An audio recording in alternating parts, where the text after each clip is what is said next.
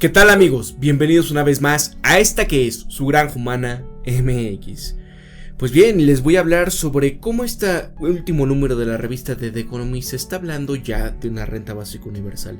Vaya, algo impensable en Estados Unidos hasta hace unos pocos meses, en donde prácticamente a la gran mayoría le parece una situación como si se tratase de un esquema socialista, algo que, vaya, va en contra de la libertad y en contra de todos aquellos preceptos que ellos creen, ¿no? Pero, ¿de qué trata todo esto? Bueno, Colette Smith y su esposo, aquí nos están comentando de unos trabajadores, se encontraban sin trabajo, habían agotado absolutamente todos sus ahorros. Entonces, ellos empezaron a recibir por un esquema de estas ayudas, por la Neighborhood Trust, una ayuda de $1,000. Esta organización sin fines de lucro de asesoría financiera y Humanity Forward, que es una organización dedicada a generar apoyo para la renta básica universal. Esto fue fundada por Andrew Yang y aquí, ¿a dónde va todo esto? Bueno, la renta básica universal es la pieza central de la carrera de Yang para la nominación presidencial demócrata. Obviamente la perdió, pero en su momento él garantizaba $1,000 al mes, que era denominado como el dividendo de la libertad. Él decía, cada adulto estadounidense debería de recibir $1,000 por mes, independientemente de su circunstancia financiera, ¿no? Si eres rico, si eres pobre, no importa, ¿no? Tendrías que recibirla simplemente por el hecho de ser americano. Bueno, aquí nos comentan que los obstáculos son estos, ¿no? Lo que ya les había comentado. Para Estados Unidos, este tipo de cuestiones es algo que suena a socialismo y es algo que no quieren. Y por el otro lado es de dónde va a salir el dinero para poder financiar este tipo de cuestiones, la renta básica universal. Que al final de este videoprograma voy a hablar sobre las necesidades que posiblemente en gran parte del planeta se van a requerir para empezar a inyectar de liquidez a las economías y que se vuelvan a reactivar, ¿no? Porque vaya, va a estar muy complejo este asunto, pero vamos a ir viendo de qué trataba esto. Bueno, aquí la campaña de Yang por la nominación demócrata puede haber fracasado, pero los puntos de vista que han tenido gran éxito son los siguientes, y es que un estudio reciente de Stanford estaba mostrando que la gente estaba entusiasmada con esta idea. En abril, el 88% de los liberales o demócratas lo respaldaban, mientras que el apoyo entre los conservadores aumentaba del 28% antes de que estuviésemos ante esta situación del virus al 45%. Es decir, imagínense, prácticamente ya si se llega a votar algo así en Estados Unidos, obviamente pues pasaría, ¿no? Los beneficios universales pueden ser más fáciles de vender para los políticos, porque son menos vulnerables a las políticas raciales que han socavado el apoyo al gasto social en el pasado. Aquí, por ejemplo, estos sueños de una renta básica universal pues tienen ya una cierta historia particular en Estados Unidos. En el 67, por ejemplo, una coalición de beneficiarios de la asistencia social, que era encabezada por mujeres afroamericanas, estaban exigiendo ingresos decentes como un derecho. Es decir, pues valemos lo mismo, ¿no? Necesitamos que nos paguen igual que cualquier ciudadano estadounidense. También en su último libro, Martin Luther King ya lo estaba tratando también. Otro extremo del espectro político, por ejemplo, Donald Rumsfeld, Dick Cheney, también ya habían elaborado una propuesta de ingreso mínimo garantizado para el presidente Richard Nixon. Milton Friedman y Frederick Hayek, que también son grandes neoliberales, también eran entusiastas de esto. Entonces, ante este tema de que pueden decir, oye Pablo, es que sí, eso me suena a socialismo, no, eso es imposible, eso nada más con Chávez, ¿no? Bueno, amigos, ahí está, ¿no? Milton Friedman, el Chicago Boy, el que prácticamente hizo lo que pasó en el laboratorio de Chile, ¿no? Entonces, él ya lo estaba proponiendo. Más recientemente, de esta renta básica universal ha sido adoptada por tecnólogos que creen que el software dejará sin trabajo a gran número de estadounidenses. Esto derivado pues de los avances de la cuarta revolución industrial, en el sentido de que pues se va a automatizar todo, ¿no? Y esto va a provocar pues disturbios sociales. También han sido promovidos por gente que está en diversas organizaciones que integran el movimiento de Black Lives Matter, a quienes lo ven como una forma de reparar las disparidades raciales en la riqueza. ¿Qué es lo que decía, por ejemplo, el señor Yang? Él señalaba que el índice de aprobación de esta era solamente del 25% cuando comenzó su carrera presidencial, pero cuando esta terminó en febrero ya era del 66%. Decía, la energía en torno a la renta básica universal se ha disparado y se ha mantenido elevada hasta que se apruebe un proyecto de ley. Yang, quien cree que esta pérdida de empleos causada por este virus no se revertirá rápidamente, y es obvio, ¿no? Obviamente no es como que dices, sí, venga, todos a la calle, ya está esto, no salgan y consuman, pero ¿de dónde, no? Hay mucha gente que está formada en las líneas esperando una ayuda de despensa, hay gente que prácticamente se ha quedado sin trabajo, se ha gastado los ahorros, y obviamente pues ¿de dónde va a salir, no? Muchos de los créditos, gente ya está endeudada pues más arriba del cuello, entonces ¿cómo? Bueno, esto es algo que pudiese resolver. Para junio, Jack Dorsey, el jefe de Twitter, le dio a la organización de Yang 5 millones para empezar a construir esta situación de la renta básica universal.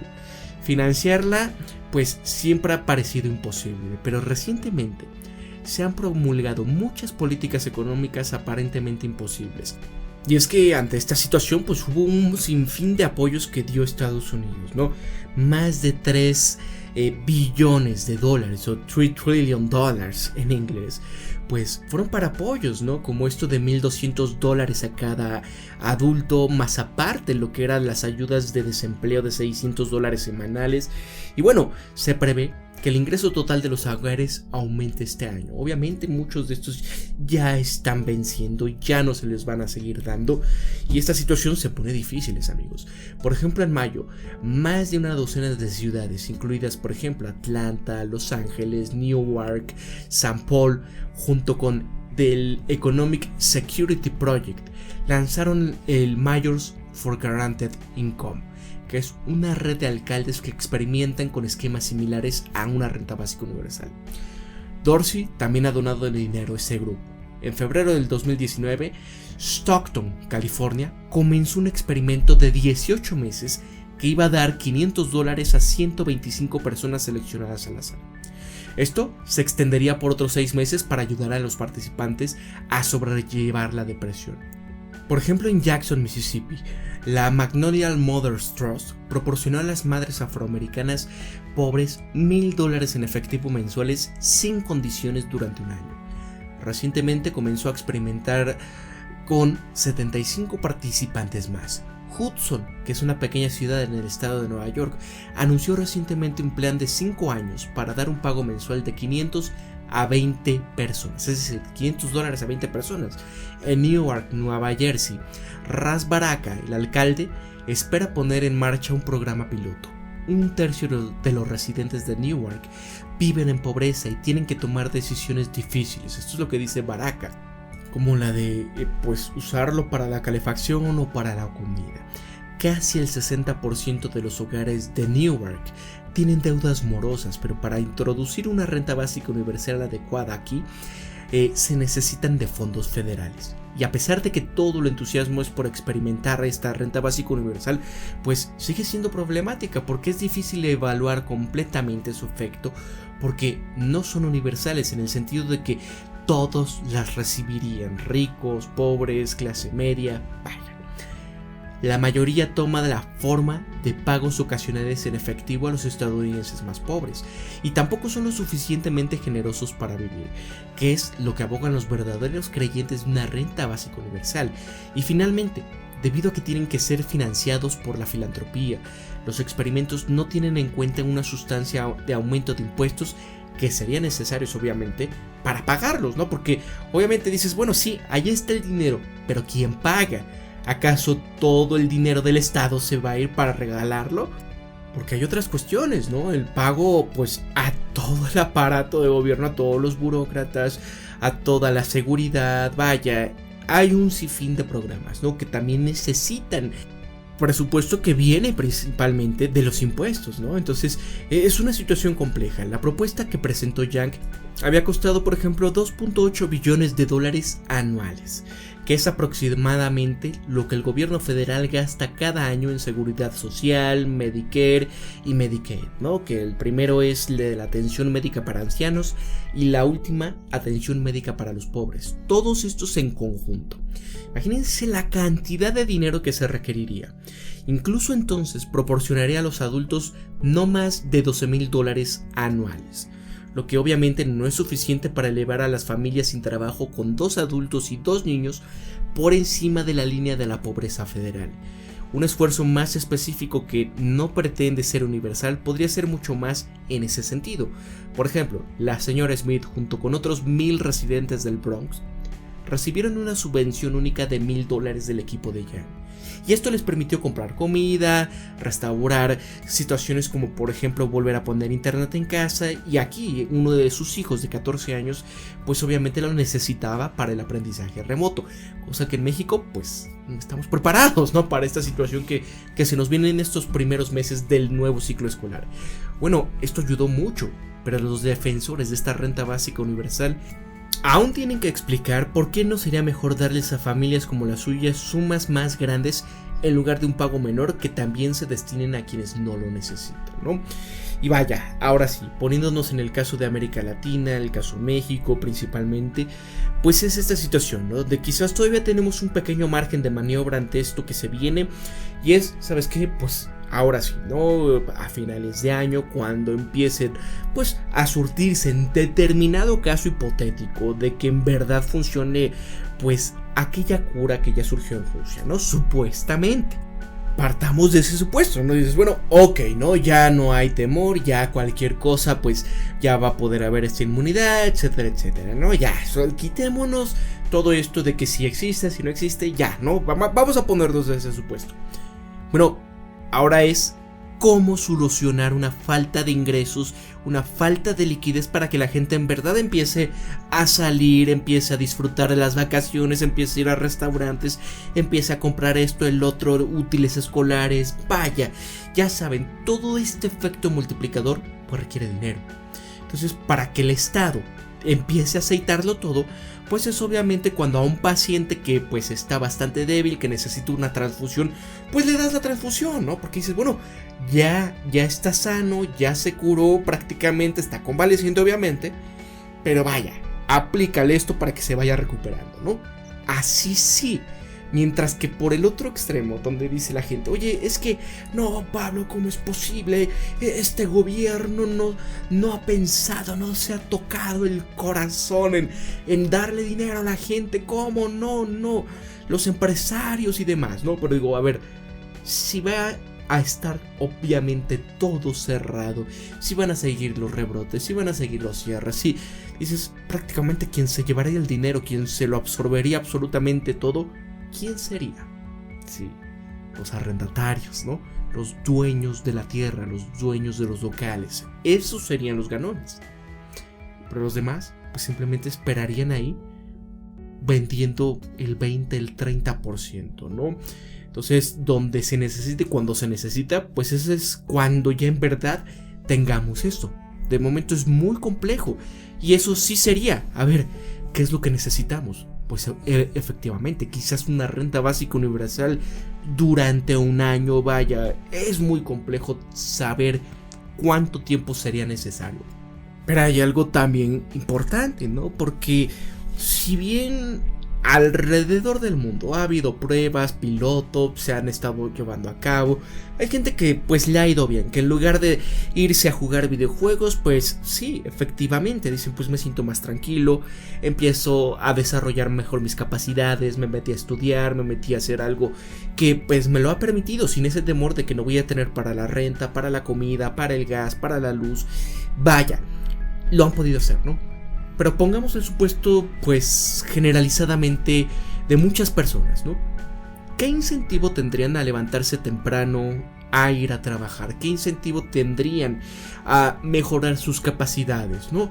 Porque muy posiblemente gran parte de la población, en lugar de, pues, efectivamente, poner a girar la economía, lo único que pasaría sería como en aquellos países donde en verdad, no pongamos ese supuesto, que se han aumentado los salarios, pues sin efectivamente decir, oye, aumentó el nivel de productividad, tu país está produciendo los alimentos necesarios, los bienes de primera necesidad necesarios. ¿Y qué pasa? No, que dices, oye, pues todos, que le suban el salario a todos, pero oye, no produces todo, ¿no? Entonces, ¿qué pasa? Empieza así, entre comillas, una venezolización de la economía. Es decir, empiezan las hiperinflaciones. Porque sabes que pues no hay papel higiénico suficiente, no hay alimentos suficientes, la gente no está trabajando, muchos pues se han conformado con esto, y lo único que derivaría en esto de darle dinero a la gente, pues si la gente no trabaja, si la gente no produce, si la economía no se mueve, si la productividad no aumenta, sería sumamente contraproducente. O sea, por eso hay que analizar ante estas cuestiones cuando la gente dice necesitamos una renta básica universal, ¿no? Que ahorita es lo que está diciendo la oposición en México. Queremos la renta básica universal, ¿no? Aunque se hayan opuesto, hayan votado en contra de la ayuda para los ancianos o la ayuda para aquellos trabajadores jóvenes que no tienen la posibilidad de tener un trabajo o de estudiar, ¿no? ¿Por qué? Porque se les está dando una ayuda a los empresarios para que los puedan emplear en su aparato productivo. Dices, eso está bien, ¿no? Ahorita en Francia lo están utilizando, pero acá la oposición dijo, no. Pero de repente, porque vienen elecciones, dice, queremos renta básica universal, ¿no? Entonces, ¿cómo quedamos, no? Yo digo, deberíamos de plantearlo, pero ¿hasta dónde, no? ¿Cómo saber qué cantidad de dinero te tienen que dar a ti? ¿Cómo saber en qué decil económico te encuentras? ¿A través de qué medio se va a dar el dinero? ¿Quién se va a encargar de repartirlo? Vaya, es una cuestión muy compleja, amigos. O sea, obviamente va a ser una necesidad en un futuro o un mediano plazo más bien, precisamente por la automatización laboral, ¿no? Y si obviamente se extiende todo esto, pues no va a haber quien pueda consumir. Pero eso todavía no va a pasar, ¿no? Ahorita lo que el mundo está buscando es cómo salir de este bache. ¿Por qué? Porque las principales economías del planeta, como Alemania, como Estados Unidos, Japón, se encuentran en las peores crisis económicas de los tiempos modernos. América Latina se dice que vamos a estar quizás también en una de las peores crisis desde que se tenga registro económico. Entonces, amigos, hay que pensarlo bien. Me gustaría que ustedes comenten qué es lo que opinan respecto a esta renta básica universal, porque yo sé que muchos pues creen, dicen, es que Pablo, así nos vamos a liberar y vamos a activar nuestro máximo potencial y todo, ¿no? Pero es algo bastante utópico, porque realmente lo que mantiene a la gente diciendo, oye, pues quiero estudiar, quiero salir adelante, lo que tiene a las empresas mejorando cada vez más, la competitividad y todo, pues es precisamente esto, ¿no? Corretear la chuleta. Y no abogo, obviamente, por volver a esa normalidad en donde prácticamente no existía todo aquello que le llamamos la meritocracia, ¿no? Prácticamente era un feudalismo enmascarado con esta situación de la meritocracia, ¿no? Que ya vemos que no era verdad. Pero bueno, o sea, si la gente entra completamente en una burbuja de comodidad, una situación en donde pues ya no necesite, ¿no? ¿Qué va a pasar con el sistema entero, con la sociedad? Vaya, todo cambiará completamente. Es difícil pensar dentro del cuadrado y bueno, eso da para un gran videoprograma. Coméntame tú qué opinas de esto. Y bueno, se despide Pablo de su Granja Humana MX. Y recuerden esto siempre: piensen críticamente, sean ustedes mismos, conózcanse de verdad quiénes son y sean empáticos, amigos. Nos vemos hasta el próximo videoprograma. Hasta luego.